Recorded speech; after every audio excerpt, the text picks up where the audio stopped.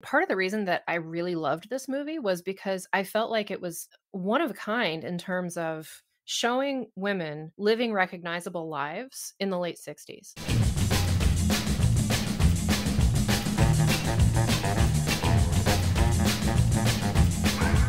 Hello, and welcome to Castle Talk, where we talk to writers and creators of today's genre worlds. I'm your host, Jason Henderson, publisher at Castle Bridge Media, home of the Castle of Horror anthology.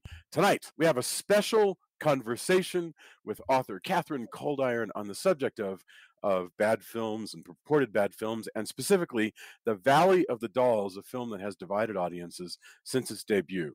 Is it bad, or do we even know what that word means? Katharine Coldiron is the author of Ceremonials and a recent book from PS Publishing on Plan 9 from Outer Space.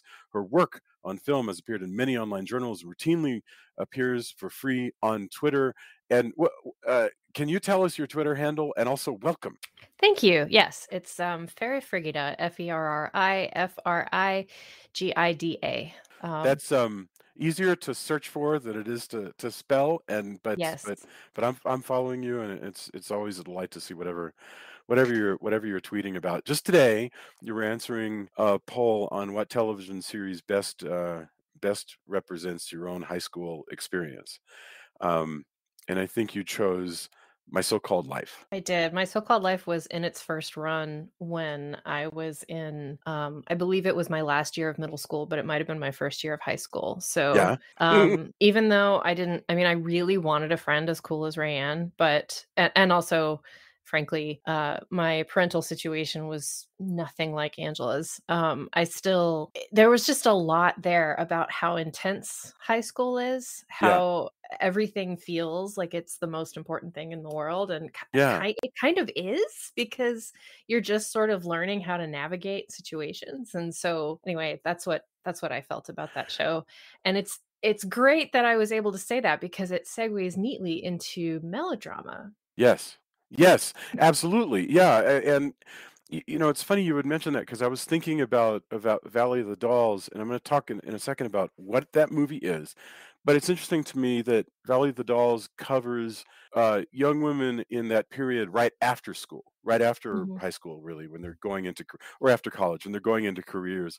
And I kind of feel like it's kind of an undiscovered country for art now. Like we don't have enough sort of coming of age stories for I'm thinking, unfortunately, the only thing that pops into my head right now is Coyote Ugly. She gets out of college, and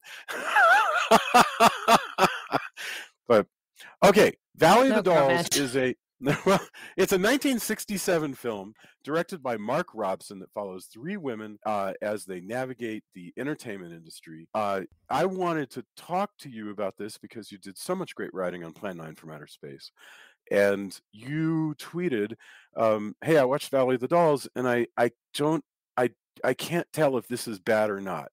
And you haven't actually shared any of your opinions about this. We didn't do any pre-gaming at all. I have no idea what you're going to say.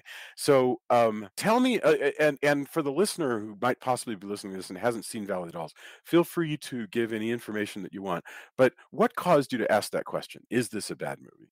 Because, I had never seen the movie. I read the book when I was, I think either late high school or early college, and it made absolutely no impression on me. Yeah. Um, and so when I was watching, I was doing some research on Showgirls, and a documentary mentioned that Showgirls, Mommy Dearest, and Valley of the Dolls Yeah. they're spaced exactly apart. Huh. I think it's 13 years. Each of No them is kidding. 13 years apart. No kidding. Um, Wow. and so there are these great monuments of camp that exist 13 years apart from each other. So because I'm a very weird researcher, I thought that if I was going to write about Showgirls, I ought to watch Valley of the Dolls, and I Sure. did. And as I was watching it, I was like, I love this. Yeah. I love this movie. I don't think this is a bad movie. I think it's a good movie. And I was trying really hard to see in it the kind of, the kind of crappiness that is attributed to it. And I just didn't see that at all. I thought that even though certainly one performance is extremely over the top. Mhm. I classified it as a performance that did what was required of it. Yeah. And I have an opinion about this, about sort of there are these performances, and Piper Laurie in her 70s output kind of springs to mind Uh-huh. as Carrie's mom and as Ruby, where she's completely over the top. But Yes. that's how the character is written. Yes. So if she had turned down Carrie's mom in Carrie, then the part wouldn't have worked. Like it there was no way that that movie would have come together the way that it did if she hadn't been this like insane nightmare of a performance. And I feel the same way about Patty Duke as Neely O'Hara. I mean, her that part is hysterical and too angry and like putting on this toughness that doesn't Yes. actually exist. And I feel like for Patty Duke to kind of key into that and turn it into a huge, big, almost ridiculous performance is absolutely necessary.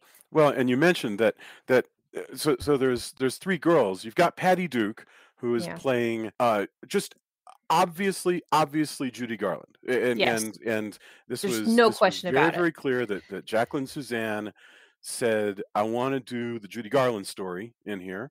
And so she's this very talented hoofer working super duper hard and is gonna get wherever she can get, but it also makes her she's also crass and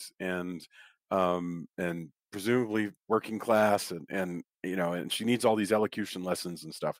And playing opposite her, she has two friends playing opposite her. You've got Barbara Parkins, who is this extraordinarily elegant young Canadian actress playing Anne Wells, who is just the picture of New England. I don't even know. In Spanish they'd say education, just Yeah, no, just she's a New England wasp, and yes. She it knows I didn't manners on manners, man. I mean, oh, she man, is yeah, but she's also completely ice cold and just has yes. no facial expression, Well, and you and mentioned that Parkins had auditioned for the role of Neely. yes, and It, I watched her audition, and it was so boring. It was just like this. And it's the reason that I watched these audition tapes is because in his book Dolls, Dolls, Dolls, in this book about Valley of the Dolls, he writes about how um Patty Duke's audition is much, much better than her screen test really is Rebello, much better Stephen than her Rebello. performance. Stephen Yeah. Rebello, and how a scene between Sharon Tate and the fellow who played her husband was much better than the scene that came out in the movie, and how interesting it was to kind of watch these actresses Mm, do things in screen tests that they didn't do in the finished film. So Barbara Parkins's audition for Neely was in there, and it was so flat and yeah. uninteresting.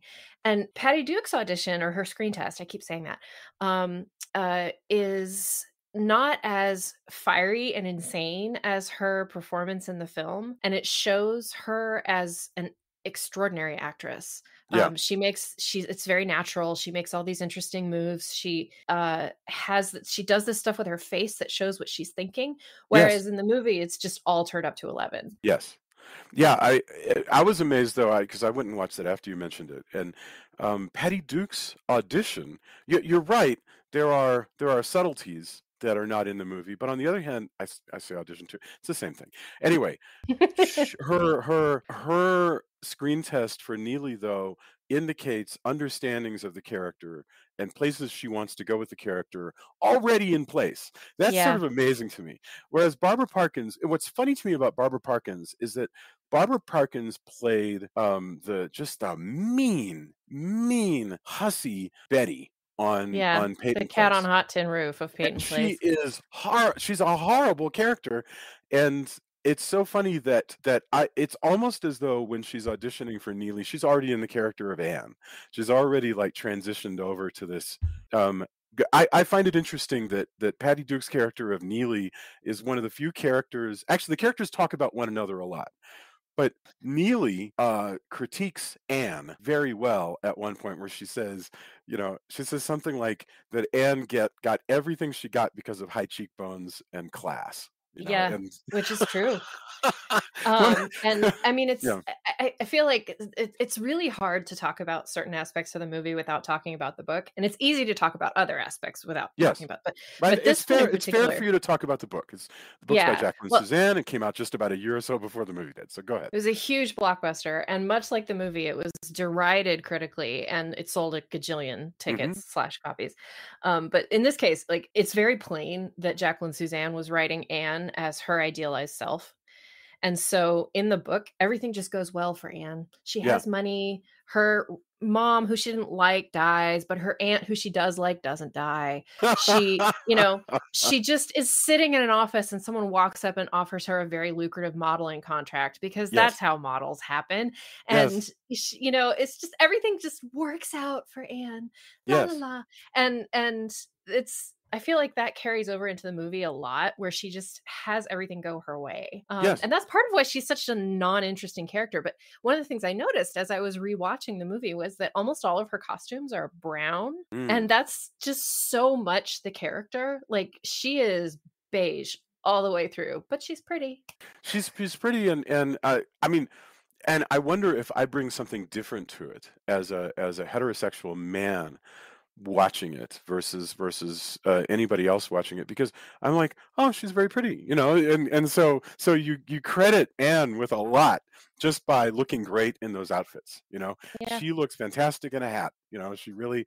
Um, my favorite line from Anne, in fact, is this point where Patty Duke is sitting in Anne's living room smoking cigarettes and talking trash about people, and Barbara Parkin says, Neely, you're being obnoxious. And it's Yes. and I was like, I love this character because I love that she's so snotty that she could tell Neely, tone it down. Mhm. You're nobody else tells Neely she's being obnoxious. I think that's I mean, hilarious. people try to rein her in, but they fail, and I just I mean, I think her character is actually quite interesting because, um, it's part of the problem of either becoming too famous too fast Mm, or, never having a life that's not on the stage. I mean, I think the book informs that, she started in vaudeville when she was a kid, and Judy yes. Garland did too, and Judy kind of never had a life that wasn't performance. Yeah. And I don't know that that's implied 100% in Neely, but in Neely, it's more she got too famous too fast, and that meant that, she didn't sort of have the inner strength and integrity to stand up to all the forces that were pummeling her because of her fame. Yeah. And that meant that she became a jerk. And Right. Right. Yeah, and Patty Duke's character becomes a much bigger jerk than I've ever heard that Judy Garland did. Judy Garland, I mean, unless you know more about this than I do, but I always no, I saw don't. Judy I Garland as a my victim, understanding yeah, no, Go my ahead. understanding of Judy Garland is that she worked really, really hard and, was nice, but not stable, Right. and that her instability was taken advantage of by terrible people a lot, and that didn't help her become more stable. So No, it's awful, and in fact, it's so weird how this book, and in a second, I want to ask you about bad versus melodrama. How this book is so tied up in all those things that we like the Judy Garland story, which is reflected in Valley of the Dolls, also gets entangled in Valley of the Dolls. it does. That is the most Yes. bizarre thing. Now, are you up on this? Can you tell us about how Judy Garland nearly became the Harridan character of Helen Lawson? Yeah, I mean, I thought Stephen Rebello's book was very insightful in that regard because he went back and, did the research and asked the questions to find out what the story was with that. And it sounds like she was kind of coming off of a round of healing, like that Mm, she was coming off of a big bender. mm, And so she was fragile and thin and kind of not really prepared to work. Maybe another 6 months and she would have been prepared to work, but, um, they cast her as Helen Lawson, who is this Broadway legend based on Ethel Merman, yep. and she did so they cast her, they did costumes for her, they did tests for her, and they set her up. She came in, she played a half a day and Mhm. couldn't get through a single scene with Barbara Parkins. And then for several further weeks, she just stayed in her trailer and wouldn't come out for the whole day, and then she was fired. Yeah. And It sounds I mean, it seems like, the studio didn't coddle her, which may have been the problem. I Yeah. mean, I think someone like Judy Garland is fragile enough to need coddling, and, like, it's okay to do that for them because what you get in return is so much. But on the other hand, I could also see how, you can't an actress who you can't rely on to show up on time at first call and then who gets drunk so that she can't act in the afternoon is like, this is not gonna work. It's a disaster, Um and Patty Duke, did plenty of interviews about this. Oh, Patty Duke yes. talked about how because Patty Duke played her character spends a lot of time playing opposite this Helen Lawson character, who is a big, big, big character. And I cannot imagine Judy Garland saying lines like, well, Broadway doesn't go for booze and dope. It would be so fun to hear Judy Garland be this character who gets her wig Mhm. ripped off. Every Yeah. trashy thing you can imagine about movies happens in Valley of the Dolls. But Patty Duke talked about this where she was like, she wanted them to coddle her. She wanted Judy Garland to make it, and she seems to have gone to her deathbed mad at Mark Robson, the director, Oh, So I don't I know. am gonna go to my deathbed mad at Mark Robson, actually. Like, I feel like he made this a much worse movie than it needed to be. Tell me more Um about that. Yeah, I don't remember some of the Rebello stuff on Robson. Well, it sounded to me like he was, not a skilled director of actors. Possible. That he was Yeah. a reasonably good traffic cop in terms of kind of where to put the camera and how to get through a day of setups and how to work with a crew and, like, it did all the stuff that was required of a director.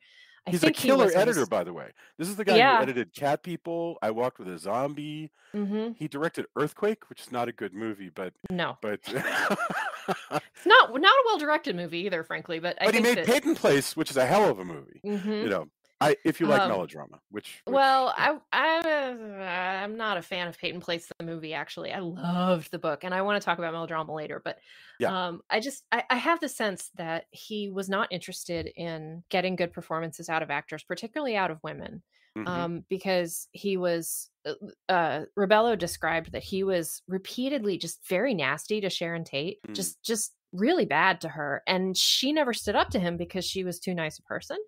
And that meant that he just kept like, I think that he wanted her to break and yell at him, and then it would have been fine. But like a bully, when you punch a bully back, they're like, "Hey, yeah, you're all right." You're all right. But Yeah. Sharon was not that kind of human. That's And heartbreaking. yeah, Yeah. it is. And I also feel like, why on earth would a guy who is not very good with actors and doesn't like women choose to direct a film starring 3 women Mhm. and, who are fairly inexperienced at film acting? Like, why? Well, and that Such a bad match. well, the strange thing is if he's as much of a because now you're reminding me of the stuff with if he's that kind of bizarre misogynist, why would you make a movie that centers women in the way that Valley of the Dolls does? Because It's it a really mystery. does. I mean that Yeah, oh, yeah. I have believed, and I think now is a good time to just talk about melodrama, like what the hell it is. But I believe that one of the reasons that people were so mean to Valley of the Dolls is because it centers 3 women. That it's, that the men in this movie are not nearly as important as the ambitions of the women.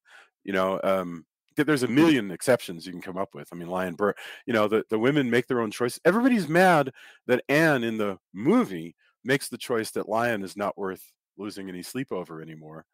And that's different from how the book ends, but it's certainly a strengthening move for the character of Anne. Well, I don't know, but I think that Suzanne was angry about the way that the movie ended, in that the movie implies that she's gonna go back to, Connecticut and live, or Massachusetts, I don't remember which state it is, but It's somewhere in she's New gonna England, yeah. yeah, somewhere in New England. She's gonna go back to this picturesque town and live in her mother's house, and that's where she belongs, whereas Anne of the book belongs in New York, I hadn't thought and about that. in Yeah, a kind of, urban lifestyle, as opposed to, this sort of tight-laced, New England town. Like, I thought that that was why Suzanne was mad. I respect that people might be mad that, Anne didn't end up with Lion because, like, with a comedy, you always have to have a marriage at the end, so I think that's what they wanted. I don't know. But that's interesting. No, I Yeah. mean, I agree with you. I think that this movie, I mean, part of the reason that I really loved this movie was because I felt like it was one of a kind in terms of showing women living recognizable lives in the late 60s. Hmm. Whereas the movies that I'm accustomed to from this time period are like Doris Day comedies, where Hmm. the women are living these lives that are only faintly better than the lives from the Donna Reed show and Yeah. Leave It to Beaver, where, like, Doris Day works, but she really wants to find a man. Yeah. And in this movie, the women have ambitions. They talk to each other about what they want. They have like whole personalities that Yeah. don't just rely on what men want of them. The idea that they want things at all is just it's unheard of, I It's feel, really for this interesting. time. You're right. And that's why I liked it so much. It felt like I was watching a movie from the 70s that was in 60s clothes and hairstyles. Yeah. Yeah. Like, Yeah. Yeah. it was I feel like I'm on a seesaw because there's so many things like that are very forward looking about the film, and yet at the same time there are weird things about it that feel very 40. Like the book, and this is just the problem with adaptation because the book covers something like 25 years from yeah, the and it's post. mostly takes place in the 40s. Yeah, it goes from So, the post-war era up to the 60s, and yeah. and the movie hilariously crams all of that into like roughly I'm going to say 3 years in the 60s, and but as many people have pointed out, it's a 60s that feels a lot like the 40s sometimes, like the whole studio system that Neely's character is a part of is very much Judy Garland's story just stuck in 1967. But having said that, there's plenty of older actresses today who will say, "Hey, I was the last of the contract players, and and into the '60s, we were still doing all that." So Well, yeah, I mean, in Rabella's book, he talks about the various contract players who were, in one way or another, part of the production of Valley of the Dolls, whether they did screen tests for parts or whatever. And like Tom Selleck was the model in the poster. yes, And because he was a contract player at 20th at the time, which right, is stunning to me. And Sam Elliott was another contract player on the set at that time, and that's astonishing to me that people who are still alive had old-fashioned studio contracts and that they had them in the late 60s. But yes, again, like, there's so many things that I found interesting about this film. One of them is that it was came out in 1967, about which there's an entire book by Mark Harris about the 5 films that were nominated for Best Picture in mm, 1967 and how they showed the sort of exact hinge of Hollywood between the studio system and not, and the Hays Code and not. And like, yeah, that was the year of Bonnie and Clyde. The yeah, fact that this movie came out then and I somehow like what yeah. why hadn't I known this until now? I'm embarrassed. Oh, we all have those. I mean, but I was thinking about the fact that this movie somehow I often complain that the internet is a centrifugal force machine that smashes people's opinions to the far walls. So the great becomes really I great, right? love that. And I love and the that. bad becomes very bad. So you're like, Yes. "Oh, I didn't just not care for Wrath of Man. It's the worst action film ever made," right? And that's nonsense because stuff Yes. and but the funny thing is that happened already with Valley of the Dolls. People just Oh decided yeah. this was trash. But I want to remind the world that Wall Street was nominated for Best Picture, and I think Michael Douglas won, and Wall Street is no trashier than Valley of the Dolls. I mean, No, but it's about men. ah! Wall Street is about men. Valley Yeah, of the Dolls is about women. yeah, Like, that's the crucial thing, and I mean, I don't think that critics lambasted it because it was about women. I think that there are aspects of it that are way over the top and that there are ways in which it's badly written. mm, I think that it's overdue for reexamination, or maybe that reexamination has already happened because there is a Criterion Collection disc of yes. Valley of the Dolls. Um, but I'd I like to also see a new version. I'd like to yeah, see, it's about time. I mean, the last new version that we had, there was a TV miniseries in '81, which is 40 years ago, right? And yeah. there's a There was TV something in the 90s, I can't remember there what. was a daytime television soap opera that Mansfield, Suzanne's Oh, yeah. widower, was an executive producer. I haven't seen. I mean, who's seen it? It's a daytime soap opera from Yeah, 1994. But yeah.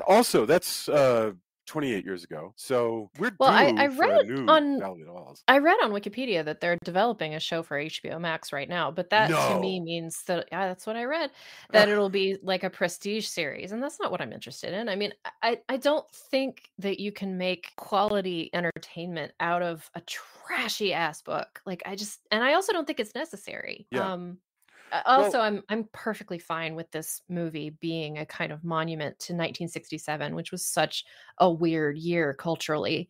I'm glad you At brought the that up. time when hippies were beginning their ascent, you have this thing that's like Frozen from 1963. Yeah.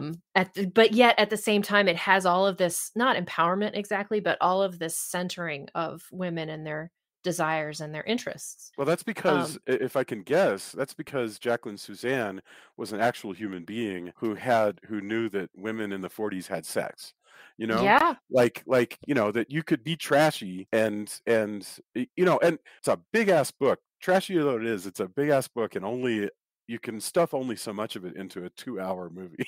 True. It's already a long movie for Hollywood Yeah. standards. And because what you're missing, and I wish that we had more of like in the book, the girls live together as roommates before they go off on before they earn more money, right? That doesn't happen in the movie because there's no time for it. But I really would have liked it, you know. Oh, it's critically important to have them do that, in my opinion, that because otherwise it just seems like it's sort of like randomly about these three women, that the movie Right, has just chosen these three who were in the same room at the same time once, as right. opposed to there's an actual bond of friendship between them. Yeah, that's something I'm really missing, and I kind of wonder if we poison ourselves by having read the book when you watch the movie, because you can bring backstory to the movie and fill in the blanks that you wouldn't have if you hadn't read it. Well, Um, I mean, I think that can be an advantage to a movie that's adapted from a book. Because in this case, what I did was I watched the movie and then I reread the book, and mm, I'm glad I did it that way. But I think in certain cases, if you bring all of this backstory from the novel to an adapted movie, then the movie doesn't have to do that much work. yeah, And if it's a book that like everybody has read, like Harry Potter or Valley of the right, Dolls in its day, then there's like I remember when I watched Peyton Place, having read the book first, I was like, "Oh, all that resonance." Right, yeah. however, that movie is so badly hamstrung by the Hays Code that it's just not even Peyton Place. like it's not even worth watching in my opinion. I mean, I adore it. I like both of them. I like both Peyton Place and Return to Peyton Place. I think it's hilarious that they made Return to Peyton Place like just about a year and a half later and managed to have 0 members of the original cast. Jose Ferrer, not everybody's first choice as a director. I don't know how the hell Jose Ferrer, how did he wind up directing that movie? I can't explain that at all. But I Gambling love debts, I don't know. It's I it's very weird. that sounds like the studio system itself. It's like, who in the Yeah. lunchroom wants to direct Return to Peyton Place? Raise your hand. so It's like it's one so dude in the corner who thought they were asking who wanted the last, piece of cake. I mean, Jose Ferrer is a wonderful actor. Of course he is. No, you know, I have nothing. I just no, it buddy. it is just so Um, fun. But I love that movie for its. You're right that it could be a lot saucier. It could be a lot more like the Grace have you Metalius novel. But have yeah. you read the novel? Oh yeah. Oh, Okay, absolutely. Yes. Yes. Yes. because Yeah. I just felt like all of the juice of the novel was drained away until you had this very dry film. And a part of it too is that I'm absolutely in love with Douglas Sirk's 50s melodramas. So Peyton Place felt like it was just a little dry imitation Yes. of Yes. what Douglas Sirk does so well. No, fair. I'm trying to remember now, because the thing is, unfortunately, I'm thinking of the book because they have the Selena story where she murders her stepfather, right? Yeah. Selena Cross. But Mhm. Selena Cross is like, isn't she played by Hope Lang in the movie? My kick for Peyton Place and Grace Metalius was years ago, so I don't remember the details of it. My head is The all thing full of is, Valley of the Dolls right now. Selena Cross in the book Peyton Place is a dusky, leggy, sexy, wrong side of the tracks.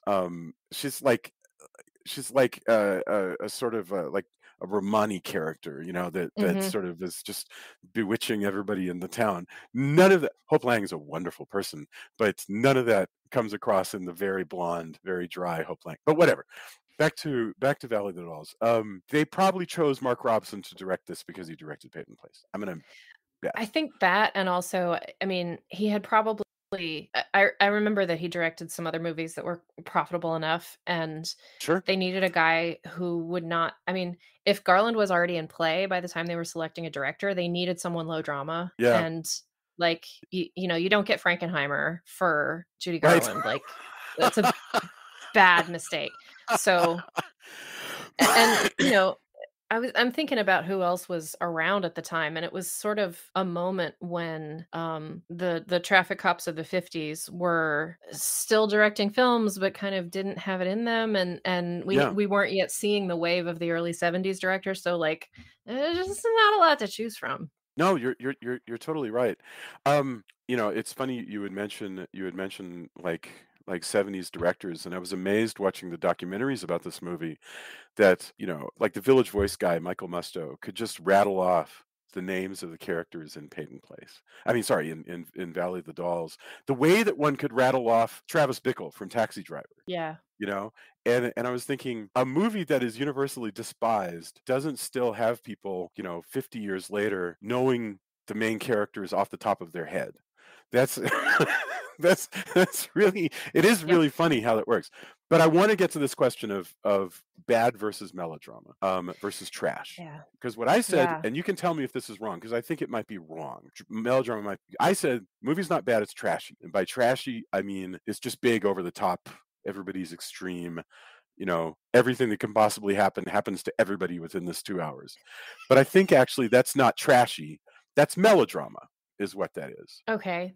I would like to introduce to you the term juice bomb. Okay, please. Dana Stevens gave us this term, bless her, in reviewing, I think, the second Twilight movie. Oh my. Uh-huh. She said, "This is the kind of movie that me and my best friend in high school would have called a juice bomb because we know that it's crap, but oh my God, we loved watching it." Yeah. And so to me, a juice bomb is separate from trashy and also separate from melodrama, that these are different categories, but Okay. they overlap an awful lot. Because I would not call Twilight trashy. I would definitely call it melodrama, but most useful is that term juice bomb. That's fascinating. Um, But I mean, and if you think so back to Plan 9, you talk about how there's no continuity from shot to shot. There's, light looks different. There's no, no attention's been paid to the script. None of that is in play here, or frankly, in the no. Twilight movies, which are perfectly adequately made Oh movies. yeah, they're perfectly well made. Continue your thought. Well, so I'm also thinking about Beyond the Valley of the Dolls, which is, honestly, we could talk about that in a whole separate episode. Haven't seen it. Um, Haven't seen it. it I guess I should, well, but I so but I it know too it's is not a a technical. Blu-ray. I'm sorry. No, it too is on the Criterion Collection. Really? Yeah, and I watched it and I was absolutely astonished by it. It is trashy. I don't think it's a juice bomb. It's very good. It Uh huh. has an extraordinary sense of craft. And to the degree that I watched it and I felt cheated because I realized that Boz Luhrmann had stolen his entire shtick from Russ Meyer. That's really Like interesting. Well, they had a it's script by Roger Ebert, right? yeah. That for Roger Ebert, who famously complained that he thought it was tacky that they have a scene in Valley of the Dolls when Barbara Parkins drops her stuff and Lion gets down to pick some of it up, and that's how their faces get close together. And he was just appalled. He was just offended for Hollywood that they were still doing that gag in 1967. And then Look, he a meet wrote cute is a Beyond the meet Valley of cute. Dolls. Don't mess with it. That's That's what I have to say about that. I mean, so I don't think that Valley of the Dolls is trashy. I think that some aspects of Patty Duke's performance kind of edge over into trashy, but I think it's much more generous and accurate to call it a melodramatic performance. Yeah, When I yeah, think of melodrama, the first thing I think of is Douglas Sirk, and the second thing I think of is Joan Crawford's like cookie cutter melodramas that she made in the '50s. It was just yeah. one after another after another after another. She was a factory for melodrama. And I'm sort of I'm very interested in exploring melodrama because, as I think you alluded to, I Hmm. think melodrama has been given a bad rap by male reviewers who are not interested in stories about women. Interesting. Um, and I think Why that do stories about women why would those overlap? Why do stories about women tend to include a lot of melodramas? I think that it has to do with performative femininity being highly emotional Mm, and melodramas working in the realm of emotion as yeah. opposed to the realm of action. Yeah. And I mean, it kind of goes back to Virginia Woolf saying that a story that takes place in a battlefield is inherently more important to literature than a story that takes place in a living room because men consider the battlefield important and the living room unimportant. However, Oh, to me, those two realms are equally important, and the living room stories deserve to be told too. So I think that I I agree think with that you. Yeah. I'm yeah, sorry. I interrupted you, I please. think no, no, no, I think melodramas are inherently living room stories. Mm. Um, they take place often in the realms that women inhabit most or that they traditionally inhabit most. Do you know something? I would say, probably since turning about 40, I found myself much, much more interested in people's emotions. The living room has become more interesting to me. It took a good long time for me to because I think I was even quoted in a paper at one time saying that I wasn't interested in a story about people hanging out with one another unless something's going to blow up pretty soon, you know. That's And yeah, that's very well said for the attitude of, and I male was in my viewers and male 20s, reviewers. right? Yeah, yeah, yeah, So, yeah.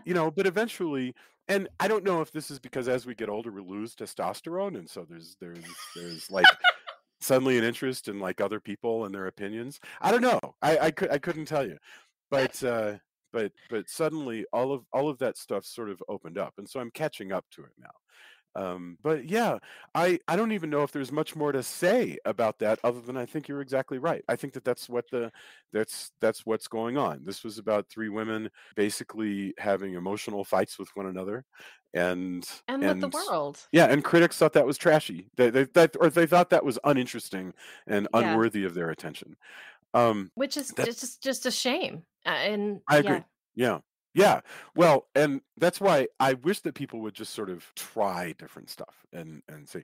But for my part, I really love this piece just because it's got all of those things because it has all of like I showed it to my teen who now has a huge crush on Neely. And that's Awesome. interesting to me that you could watch that character and go, not only am I interested in watching this character fly off the handle, but I want to take care of them and be their friend. I want them in my life.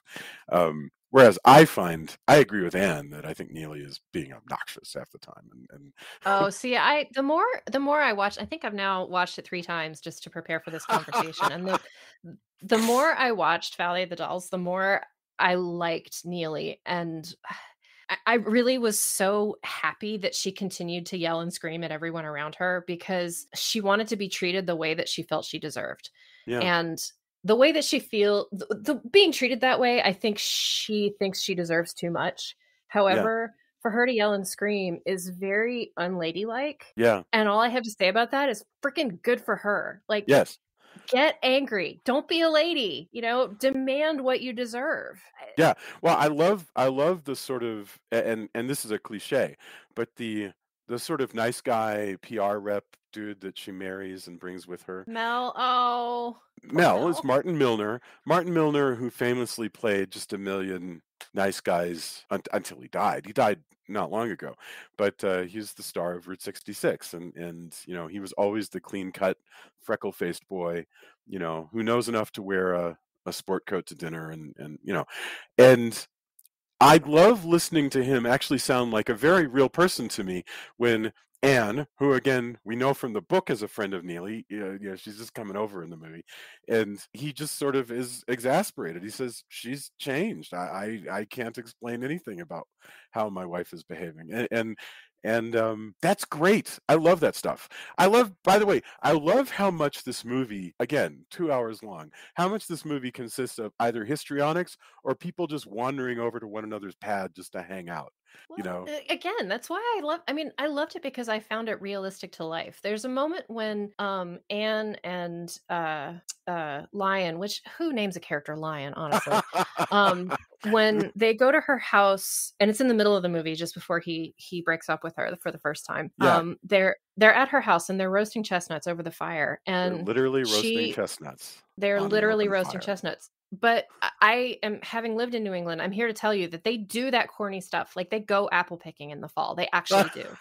So the fact that they were roasting chestnuts was, like, oh, okay, here's an activity that they're doing. But she was wearing a brown dress and stockings and no shoes. And the way that she picked up these chestnuts and kind of, ow, and put her fingers in her mouth and sat on the carpet, and he sat, with his legs crossed. I just felt like I was watching someone actually live a life, Yeah. as opposed to watching Doris Day and Rock Hudson, like, sit in chairs Yeah, and good point. I never thought about that. You never see Doris Day with her shoes off, like, curled up next to a fire, you know? no. I mean, I it's like there's a makeout scene in Pillow Talk when they're at a cabin, much like the one that's Yeah, Anne's house. And it just all looks so much like a scene. It looks like a set. The yeah, fire doesn't look real. They certainly don't have their shoes off. They just have their coats off. And it's like, it doesn't feel lived in at all. And yeah, Valley of the Dolls, to me, every moment of it felt lived in. yeah. Well, And look at Sharon I Tate when she comes over and, she comes over to Neely's house, and she's talking to Martin Milner, and she, yeah. like, takes off her shoes and rolls up her or the way I remember it, she rolls up her pant legs so she can just kinda dangle her feet in the pool, and Yeah. it's what blocking? This was killer blocking. It looked great, It and looked like Sharon she was Tate's coming over to amazing. her. Yeah, no, oh, she's wonderful. It did, it looked like she was coming over to her friend's house and getting comfortable, and then when Neely comes home, she does the same thing. She takes off her shoes and rolls up her pants and puts her feet in the pool, Yeah, and it just seemed, like I said, very lived in, yeah. and that's not a quality that I expect from a film made in the '60s. I expect It it to makes feel me staged. wonder, because I Walked with a Zombie is a very mannered movie, so is Cat People, and I would even go so far as to say Peyton Place is a fairly mannered movie. Yes, it So is. that is interesting that Robson, I don't know. How does Roger Corman suddenly make a bunch of genius Edgar Allan Poe adaptations Oh. and then never do it again? I mean, I don't know how Robson just suddenly turned into this and then Well, suddenly turned out of it. I wanna bring it back to my feeling that he gave very little guidance to the actors, and the guidance that he gave was shitty. Mm, Because I'm thinking about, the Star Wars prequels, which mm. are the best example I know of a fantastic cast given almost no direction at all. This is because, for everything you can say about George Lucas, I think it's generally agreed that he doesn't know how to direct people. Mhm. So in those movies, when I watch, I see that McGregor is great. He's fine. Doesn't need any help. Portman is awful. She needs help. Like, Mhm. this is a woman who could win an Oscar a few years Yes. later. And in this movie, she's walking, talking cardboard. Right. And I'm not trying to No idea disparage what the hell either of these them. words are that she's saying. Right, Yeah, exactly. I'm just trying to say that there are actors who need a director's guidance when they're in a film, and there are actors who don't. And I think that Robeson ended up with these actors who needed more guidance than he gave them. And yet there are scenes when their naturalness as human beings shone through his crappy directing. Yeah, yeah. This is speculation, but that's kind of what I've seen in the Well, more there's I've another rewatched good the one. I movie. mean, Sharon Tate, once again, sitting on the floor watching television, while Lee Grant putters around the kitchen, Yeah, and Sharon Tate is laughing and smiling, and her Dallas accent comes out a lot more in this moment. You hear her say, "Hey Miriam, come here. It's old home week," and there's that sharp North Texas accent that she has nowhere else in the movie, but she's so believable. Again, yeah. the physicality of sitting, she's wearing a jumper, which is a really cool piece of clothing that she's got on, and yeah. Fun fact, Hmm. that piece of costume that she's wearing, that jumpsuit, was held over at the studio, and one of the women in Beyond the Valley of the Dolls wears it in that movie. Really, Mhm. really, wow. Um, Sh- we haven't talked at all about Jennifer North, the character that Sharon Tate yeah, plays, and it's I mean, well, I mean, she just doesn't have as much to do. I mean, there are things, a lot of what I think is the weakest stuff in the movie is most of the stuff involving Sharon Tate's story with Tony Poehler, the singer, which maybe just needs a lot more time to develop, but Well, yeah, I have a bunch to say about that, so I might go please on for a while. go crazy. Um, Yeah. I think Jennifer is easily the saddest character, and I think that Suzanne sewed her own sorrow about her breast cancer into this character. Was her breast cancer already diagnosed when she wrote this book? Okay. Yes, I believe she'd already had a mastectomy when she wrote this book. Is that so? Um, and so I think that Sharon Tate plays Jennifer extraordinarily well. There are moments where you can tell she's kind of wooden because she's inexperienced, and of course, Mark Robson has no help at all. Yeah. And I think that her struggle of my worth is only in my appearance Boy, that's is good. it's so relatable, She's and it's good in that. so Yeah. relevant to feminism generally, but particularly the way that feminism was trying to get going in the late 60s. The sense of a woman's worth depending on her appearance and literally nothing else. And the fact that Suzanne wrote her as, being a kind soul, but not having any skills of any kind is like the best you can hope for, is to have a short career in entertainment and then marry somebody. Hmm. And I respect that as a character situation. Yeah. Um, the deal with her and Tony, I thought was pretty well done in the movie and done so horribly in the book. Like Really? anything they chose to do in the movie would have been an improvement. Mm. Because in the book he has the mental capacity of like a 12-year-old. That never made much sense to me. So I remember just sort of No. skimming it. Yeah, like I really kind of quite. It was one of those. I thought it was a reading comprehension thing. Like I completely kind of didn't quite understand what the hell Suzanne was trying to get at with Tony Poehler. So I mean, that's interesting. I don't know. I thought it was deeply weird and confusing. And I thought it was just so unlikely. Like, how on earth would he be able to live a life? How could he sign contracts and sing? And it just seemed like Yeah, so they nonsense. dumped that But the straight out. Yeah. In Yeah, the I'm 81 glad they version, dumped that. he's played by Bert Convy, who is a very savvy actor, and so he plays it like he's like a guy who knows that he's a good singer and also knows that he's not a businessman, and so that's why he's got his sister. I mean, Yeah. it's a much more sensible human kind of a version of a person. Talking about Sharon Tate's character's sadness, she has her relationship with her mother, who's always off screen. Oh That is yeah. very important to her. Oh, I mean, I thought so those phone calls I thought were just so, poorly done and poorly written, but I related very much to the content of them. yeah. It's like her terrible mother who she has to repeat everything she says because it's a phone call is ugh, it's Well, just can I such throw a something stupid. out there that Yeah. one of the ways that melodrama does work for us sometimes is that it might even be poorly realized. Like maybe it could have used a couple more takes, but sometimes we'll connect with the topic and it doesn't even matter because what you're coming out with is an emotional resonance like, oh yeah, I relate to my mom that way or whatever. Yeah. And this movie has a lot of that stuff. But yes, Yeah. you know, I think that's Ebert, by critically the way, important. offended by that crap. He was offended for whatever crazy reason by her bust development exercises, which I find bizarre. Again, considering he wrote Beyond the Valley That's of the Dolls.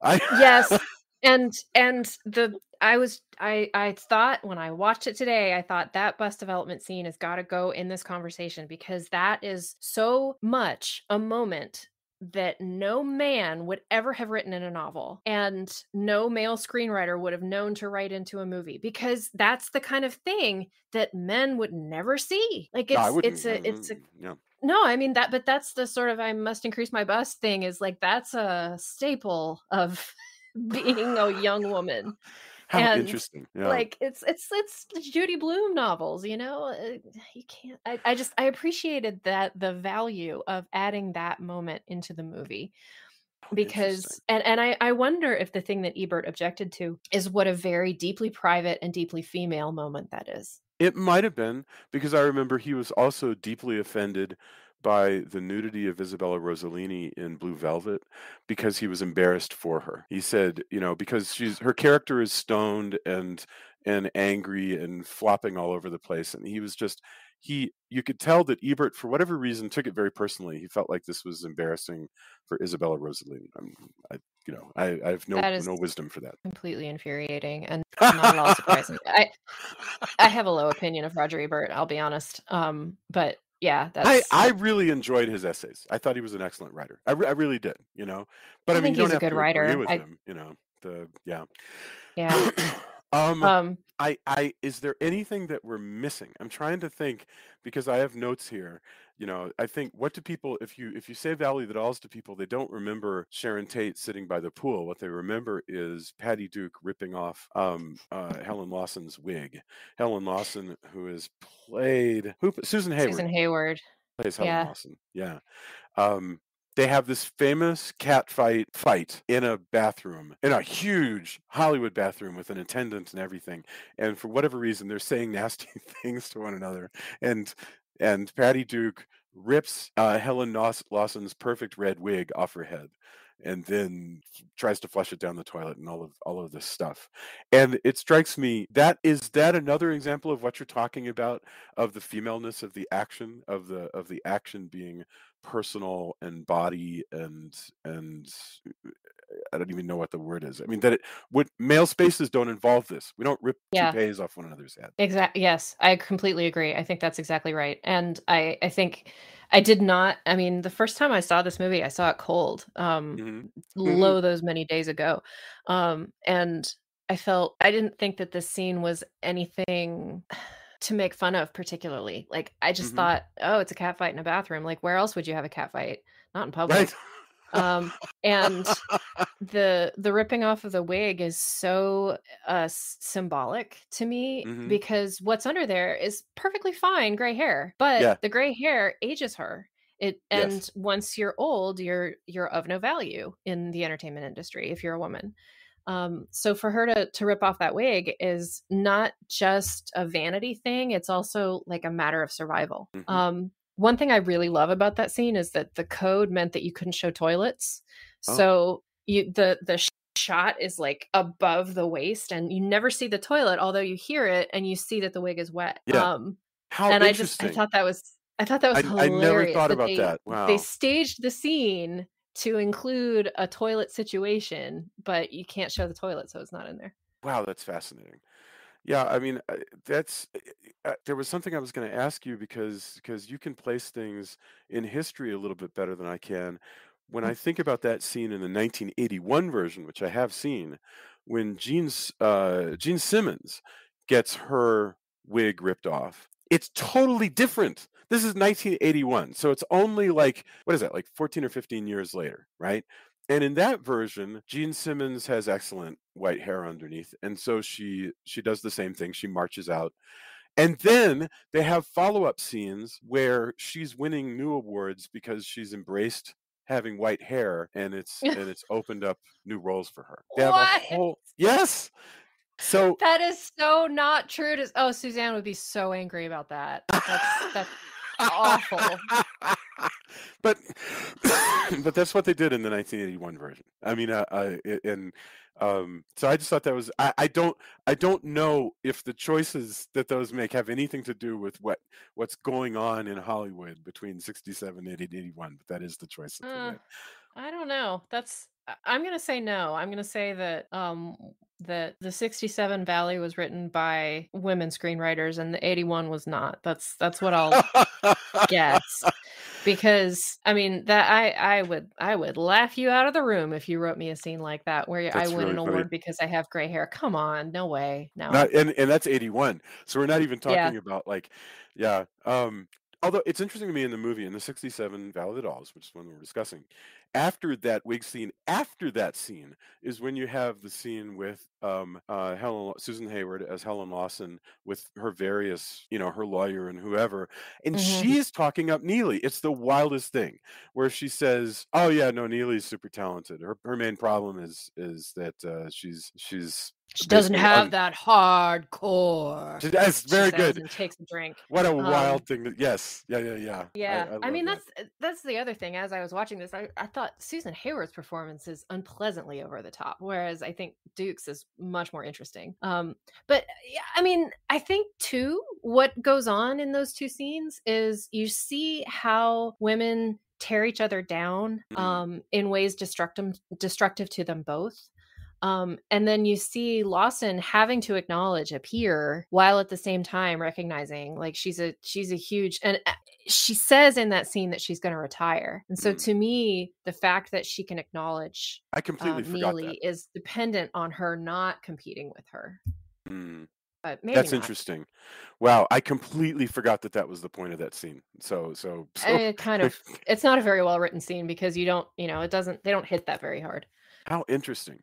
Wow. I do think it's funny, by the way, you have this theme song, this theme song by Dionne Oh God. Warwick that gets played a lot. Katie Lang, It's by the way, covered this tune, and it's a decent song, but boy does it get played a lot. And Well, I'll tell you a funny story. As it was being sung, and look, I want to say two things very briefly about the music in this movie. One is that I still don't understand the time signature in "It's Impossible," which I think means it's a very badly written song, and the the way that measures work in the theme song, I don't understand that either. Like, I can read music and I have no idea. So I admire Dionne Warwick enormously for pulling Sure. off this song. Like, um, but as I was listening to it get repeated throughout the movie, I was like, this is so familiar. I have heard a character kind of sing this in a high pitched voice, and it's just like a couple of lines, and I can't remember. And it took me a few days to track it down. It's in Fight Club. Really? Yes, Really? Helena So Bonham Carter sings it as she's storming out of their kitchen one time after a big fight. no kidding.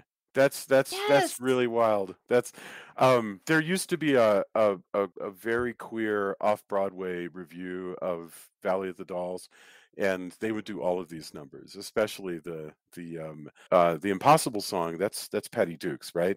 And Yeah. yeah, Meredith from The Office, the actress of name I've forgotten right now, but she did that number a lot. Yeah, it's weird. You know, the funny thing is, if you listen to anything enough, it can become cat. That was one of the things Sondheim said in an interview. He's like, the truth is, if you play a song over and over, it will become catchy. Don't, because somebody goes, how do you make a song catchy? And he goes, don't even bother me about that. If you play it enough, it'll become catchy.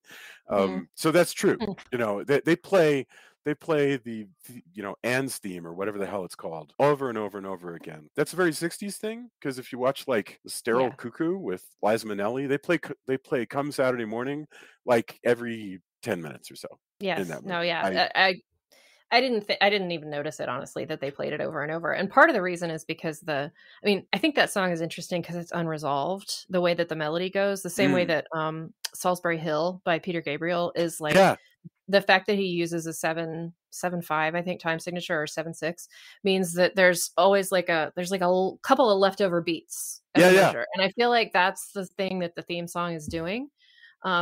Which may be thematic or may just be lazy writing. I don't know, but I think it's a good song, and I think it's appropriate to the movie. But I also think, like, anybody who had illusions that this was going to join the Great American Songbook, they were smoking something. Well, I mean, Because Rebello spent some time on this, and I've forgotten all of his points in there, but he oh my does, gosh, you yes. know, because he can't stand the music that's in this thing. I think it's Well, he's funny, by not the way, wrong. the 1981 version also has a Valley of the Dolls theme, also sung by Dionne Warwick, although it is a completely different Valley of the Dolls theme, Okay, which is bizarre. If you want to I would see not have taken that call. if you want to see this amazing piece of work, you can see it on YouTube, because somebody has posted the entire 1981 Valley of the Dolls, all like 6 hours of it, because it's a mini series with commercials. So if you want to, Oh, if you want to be advertised some Nabisco cookies and a Buick LeSabre in between these scenes, but I mean, to their credit, they include the lesbian relationship, because in the good. book, remember, Jennifer, it's the war. So to avoid the war, Jennifer, instead of coming home, she goes to Paris, and she has a girlfriend. And Spain, I think, or no, she starts in like Switzerland and ends up in Spain. But yeah, I think okay, I don't remember quite, but she's yes. moving around. And that's a very sort of wartime story kind of thing. None of that's in the none. I don't know if it's because of the content problem of homosexuality, or if there's just no time for it. But um, they Yeah. do include it in the miniseries. I mean, I don't. I think it was a good cut, frankly. Like, I don't think it's necessary. I think Suzanne put it in there for her own reasons, but I think that, like, it's funny to me that there's so much made of Ted Casablanca being gay, although that's not the word they use in the movie. No, Um, but lesbian relationships, absolutely not. Never, no, no, no. isn't that interesting? And I wonder what That's that's about. my I gotta say, I know some gay teens who think all the language in this thing is hilarious. It's funny. I can't speak, and I can't speak to that myself, right? I Yeah. any more than any more like actually any word that's about a marginalized community, I really cannot comment on whether it's funny or not. Um, Yes. I mean, I agree with you. I'm too old. I'm old enough to remember when that was a very serious slur. And having spent a good deal of time kind of standing on the fringes of the LGBTQ community, because I'm bi, but I'm married to a man. mhm, Um, I think the way that the characters speak this slur is hysterical. Like the yeah, way that they say it and use it is so funny. But I also think that I don't want to minimize the use of the slur. it's not for me to say, you know. Yeah. Um, But gosh. Okay, I know there were things you wanted to try to get in, so let's make sure. Did we hit all of them? Is there anything else that I can't imagine anybody would have listened to us talk for the last hour without seeing Valley of the Dolls already? But I'm just yes. curious, is there anything to hit on that we need to? Well, there's a couple of things. One thing that I want to hit on is I want to re-hit the notion of a juice bomb because it's very important to me that that term be public. Um because there are so many movies to me that can be described this way that they have no cinematic value, but as entertainment, they are so worth watching. Mm, And I feel like Valley of the Dolls may be in that category, although I think it has some cinematic value too. Certainly a ton of cultural value. yeah. And when you're you or when you're me, sometimes I think we reach the point where, frankly, cultural value trumps almost anything. Like Kinda. I'm kind of much more interested in watching something and thinking about where it's happening in time in the culture than like whether I'm invested in the story, particularly. You Yeah. know, do you find this because you study movies? And I find when people talk about, oh, I was really into that, but then I heard the character mispronounce the word Chianti, and it took me right out of it. And I was like, when were you in it? Like, when the hell am I in a movie? I mean, that's like saying it took me right out of this Ming vase. It's a vase, all right? I'm studying it. There's nothing. The movie's a movie. I'm not in it. I can't be kicked out of it. It's a work. Am I too extreme in that? I wrote an essay once about an experience I had when I went to the opera. Mm, I saw Les Troyens, which is a French opera about the Trojans, and okay. it's 5 hours long, and Ha! it's incredibly beautiful, and it still is up there as one of my favorite operas. And there was a point in the middle where I realized that I was not thinking about the singers and what they were thinking and who they went home to, and I wasn't thinking about who was backstage or whether the musicians had to clean their spit valves or Mhm.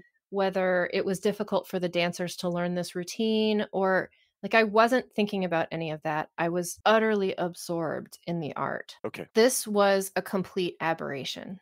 Mhm. All other times in my life since I was a young adult, I am always thinking about the man behind the curtain. Mhm. I believe that this state that I've described is the normal state for absorbing art. I think that most people, when they watch movies or read books, they are so absorbed that they're not thinking about the man behind the curtain. To me, that is wacky. I don't know how you cannot, but I know that that is the very best way to Mhm. take in anything you enjoy. And I feel like I feel extreme envy for people who never look behind the curtain. Okay, that's fair. I'm trying to think of an example. Yeah, I guess I have to agree with you about everything that you just said because I'm trying to think of complete absorption. I mean, Jaws, uh, Sure. maybe the Texas Chainsaw Massacre, because it's so frenetic that you get agitated. Yeah. Thinking about when the girl's tied up at the dining room table. But typically, most things are Yeah. not that agitating. And but I just want to point out, it doesn't mean I enjoy it any less. I Of don't think course anybody. not. I enjoy movies probably more than most people, honestly, and I and mean, I yet. wouldn't spend so much time working on movies if I didn't enjoy them, but I also I think that for me, film and television and reading and it's always a holographic experience. I'm always seeing 2 things at once. The thing that I am meant to see as the fiction and whatever is taking place behind the curtain. And that is I think that's a frustration for Mm. me because I would like it if I could just fricking enjoy whatever it is without thinking about how it came to be.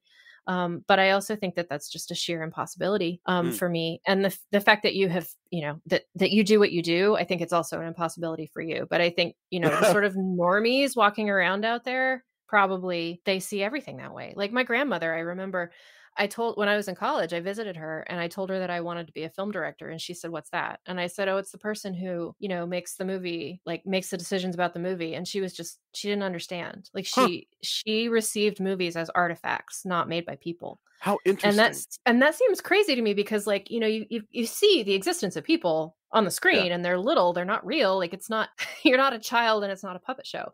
But for her, that just the idea that someone could mastermind the experience of a movie was just not in her wheelhouse. So fascinating. I mean, one of the great things I feel about looking at something as as a work that has artistry at it is stuff that other people regard as weird or poor choices become interesting, Mhm. Yeah, because now you're like, yeah, it was terrible. Ray Walston, not Ray Walston, sorry, Ray Bolger, the Yeah. Scarecrow, was Yeah. cast in a romantic part across from Doris Day. That's a terrible choice. I mean, Mm, he's I'm sure that Ray Bolger was quite a ladies' man and had all the friends that he wanted. Nevertheless, he didn't sell himself well in a movie as the ladies' man across from Doris Day. yeah. But that makes it interesting to me. That doesn't mean Yeah. something you don't watch. It means something you definitely do go watch, you know? Well, yeah, it's funny you talk about casting because my husband and I just rewatched Spider-Man 2 not long ago, the one from 2004. And it has Forgive me, long which one been is that? Is that the one with Andrew Garfield? Or is no, that I'm sorry. no, it's the sequel to the first Tobey Maguire one. So it's the Okay, one okay. with Fair. Alfred Yes. Molina as Doctor Octopus. Mhm. And, I have long considered that one of my favorite movies, not just one of my favorite comic book movies, but one of my favorite movies ever, and I Okey-doke. wasn't wrong. It's a tremendous movie, and part of the reason is that everyone in it is so perfectly cast that I realized casting has been shitty for the past few years. Like, Mm, most of the movies that I've watched that are mainstream movies, like, they're very much shoehorned into the part instead of being right for the part. how And, interesting. like, I hadn't realized that until I watched a movie that was extremely well cast. But yeah, I mean, I think I agree that a movie's imperfections, I mean, part of the reason I'm studying bad film is because bad film is always surprising. Yeah.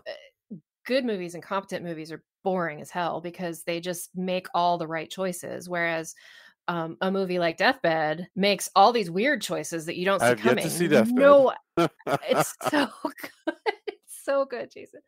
Um, and that's interesting. That's worth watching for someone who has watched tens of thousands of films. Like I'm interested in the stuff that's not committee approved. Mhm. So You know yes, what I like watched last it's night, by the way?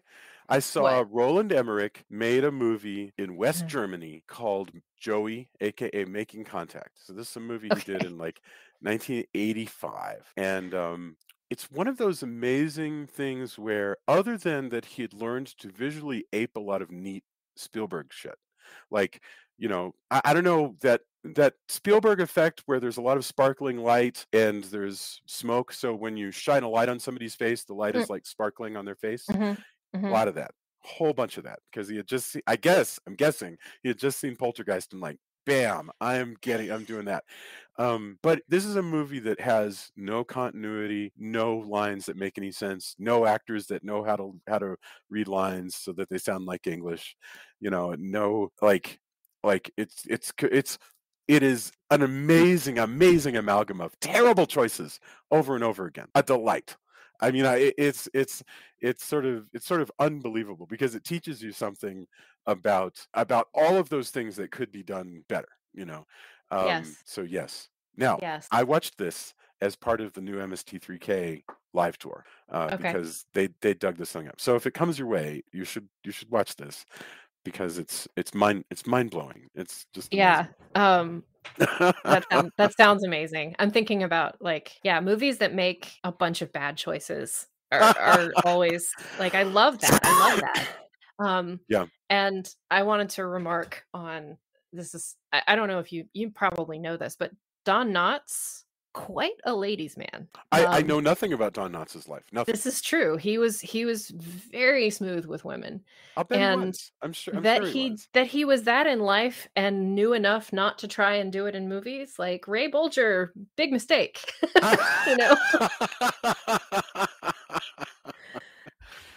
Jerry Lewis played the Dean Martin part in a movie Mhm. called Boing Boing, and that's also a really fun one to watch. Is to see Jerry Lewis doing a sort of actually, I say the Dean Martin part. Honestly, he's playing the Rock Hudson part. He's Okay. like, you know, he's kind of a womanizer, and he's flying around, and he's trying to keep this stewardess girlfriend from meeting that stewardess girlfriend, and it's a dumb 1960s sex farce, right? But it's got Jerry Lewis in the role. That Right. is worth seeing because That is an interesting choice. that's weird, you know? Yep. Yeah. There yeah, oh, I was gonna say something about that. The weird choice that Valley of the Dolls makes that everybody cannot decide whether they think it's good is sometimes it goes wacko psychedelic and like has these long color ballets where you've either got Patty Duke going through her regimen of getting in shape to be a Hollywood star or Barbara Parkins becoming a fashion model and Yeah. all of a sudden she's just like walking across like just weird I don't even landscapes of Yeah. scarves and things. I Yeah, thought of it weird as stuff. more I thought it was more mod than Fair. psychedelic. Yes, Like, fair. and I Yeah. really liked that about it, that frozen in time aspect of it. Well, yeah, because But it's time stamped, well, yeah, for which to sure. me And is I mean good, that's right? great. That's what's great about it is the costumes, like the costumes in this movie are amazing. And the more Rabella's book focused on the costumes, the more I was like, "Oh yeah, totally costumes." Yeah. The hair too was really something in this movie. And that's rare. Like in have you seen the movie Seconds with Rock Hudson from 1966? No, It's a I've heard Franken it's good. I've heard it's good. yeah, it's a Frankenheimer, and it's interesting. It's one of the rare Frankenheimers that's as interesting as The Manchurian Candidate, although it's a very Mm. different film. And there are psychedelic sequences in it, even though it's in black and white. And You I'm just know, thinking about the difference. I'm so sorry I said psychedelic because you're totally right. Yeah, Because no, but this isn't gloopy, you know, like in what's a good example? There's so well, I mean, Beyond the Valley of 2001 has a Dolls. big, you know, yeah. But anyway, Um, yes. And the only other thing I want to hit is I would like to write a column somewhere on melodramas, and I would like to call it Melodrama Rama.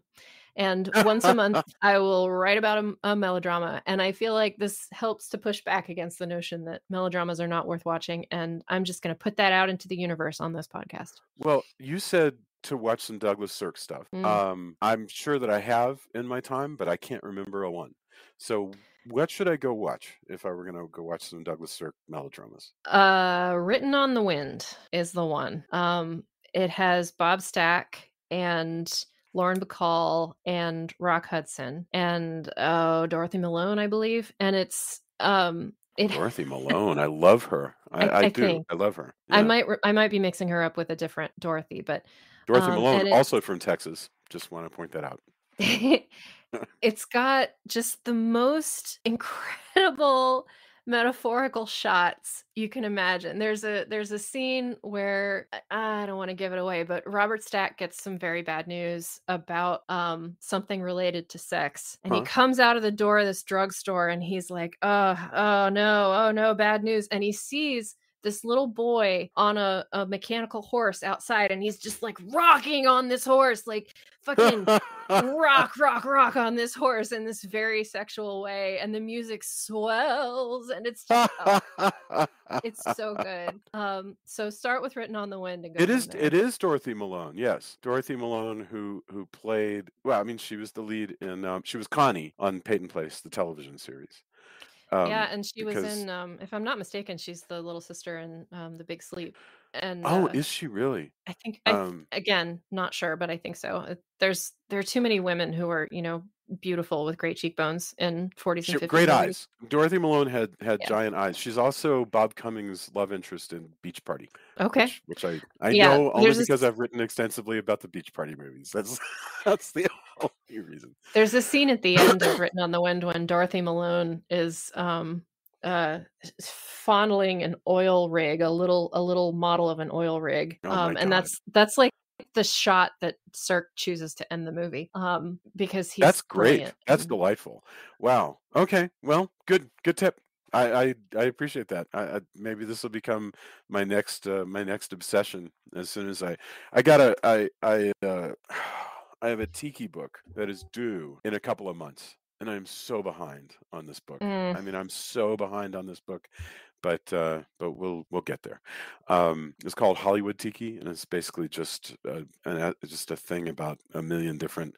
And that's the hard part is you got to watch a lot of movies. Oh So my I've gosh, got to so get all that many. stuff. Yeah, but Did I tell anyway, you so about yeah, did I tell you about my 1977 project? no.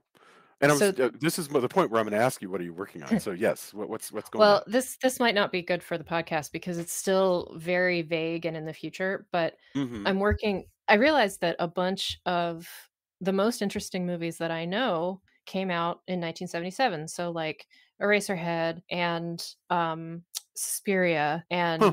and House and like just all of these House of unusual Japanese films. House. Yeah, Yeah. yeah. Um So odd. It's strange to and think of like Eraserhead coming out in '77. But yeah, okay. But it Yes. did. Yeah. And Deathbed came out that year too, and it's so I started investigating, and the more I looked into it, the more I discovered that 77 is kind of a nexus point in a bunch of ways. So this is another one of those hinges? If 67 is I a mean, hinge? I don't think it's a hinge in the same way that because this is I was thinking about it because 1939 is very obviously like this masterpiece year for movies, and I wrote about Mhm. that for Video Librarian, and I wondered what other years might be useful to think about in this way. And so this book about 1967 is like okay, so 39, 67, Mhm. and some people argue like 1998, 99, and I think that 1977 is more of an artistic nexus point as opposed Huh. to an actual cultural hinge, but it was such an interesting year. So I've started watching as many movies as I can from this year, and I've just watched dozens and dozens and dozens of them. And like Star Wars came out that year. Annie Hall came out that year. Mm. Early films from Cronenberg and Wes Craven, and it was the year that Arnold Schwarzenegger was introduced to America with Pumping Iron. Like, Really? this is a freaking interesting year. But the point of this is to say I'm watching sort of top, middle, and bottom of movies, and it's just so much. What was It's the so Cronenberg picture from '77? Was that Shivers or Rabid, Oh, I see. Okay. All right. Very good. which I loved. I thought it was great. Marilyn Chambers, right? I think so. I have to go back and look at this. Yeah, I know exactly what you're talking about because you're like, okay, well, now that I've picked my thesis, I have a billion works that I have to actually So much to not watch. only So watch many. but also absorb and then write 1,000 words on. Mhm. Yeah, but that's okay. I'm still trying to decide what form this is gonna take because I was thinking about doing an encyclopedic, just sort of a little paragraph on every movie, and then I was thinking about writing about the different, things that were going on that year in exploitation versus mainstream, and then, I haven't figured it out. So I'm reading also a bunch of books that do this, that Mm, encyclopedize a year in cinema, and there are a bunch of them, and all of them do different things. huh. So, I don't know what's gonna happen with it, but I'm pretty sure I'm onto something. I just think it's like, 3, 4 years away that I'll have even a manuscript, so Well, I'll keep in touch with you about that one. Well, like what's going on right now? Like what's is there anything that you have that you're gonna foist on us in the next like 6 months or so? yes, sir. I am considering putting up my essay about Deathbed the Bed That Eats on Medium so that everyone can read it. And part of the reason I'm doing this is that someone contacted me on Twitter and said, "I just watched Deathbed the Bed That Eats. What the fuck is up with that movie?" I was like, I mean, "Well, I clearly can I need tell to you." see this. That And yeah. so this guy has a podcast and he wants me to talk about Deathbed on the podcast. So I That thought sounds that I might post wonderful. the That essay sounds with it. fantastic. Yes. Death by the Dead. I mean, the funny thing is, the Canopy app has that movie, which is the library app that you can get on the Roku for. So clearly, somebody thinks it's worthy of capturing for the culture. It's a really interesting movie. All right, I will watch it. So the next time that we talk, I will be able to engage with you on that one, and I'll watch some Douglas Sirk stuff. I'm always inspired by whatever you have to recommend. So that's really good. Um, Thank you. all right. Well, Catherine Coldiron, we've spent a long time talking about Valley of the Dolls, and the funny thing is, I still feel like we've only scratched the surface. Like there's still so much in the color and everything that you could get into about this, but it's been really fun. And if I Yeah. had to pull out a The thesis, is that it's worth engaging with. The movie was rejected for reasons that are probably unfair, and it's definitely worth engaging with. So yes, go ahead. I completely endorse that thesis. And next time we should talk about Beyond the Valley of the Dolls. Okay. All right. Yes, to see what Roger Ebert was up to when he was writing, as opposed to being pissy about the bus development exercises of Sharon Tate. So yes, have a wonderful, wonderful evening, and I'll talk to you really soon. Thank you so much. Okay. Thank you. I love being here. Thank you. Bye.